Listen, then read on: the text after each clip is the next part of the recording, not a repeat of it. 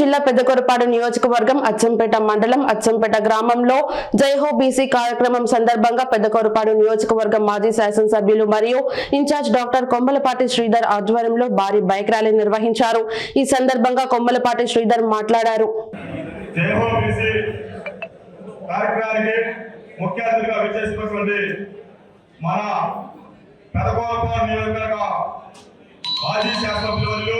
doctor Kommalapati Sridhar గారికి అదేవిధంగా మన కొండపల్లి రాజేశ్వరరావు గారికి మాజీ మార్కెట్ యార్డ్ చైర్మన్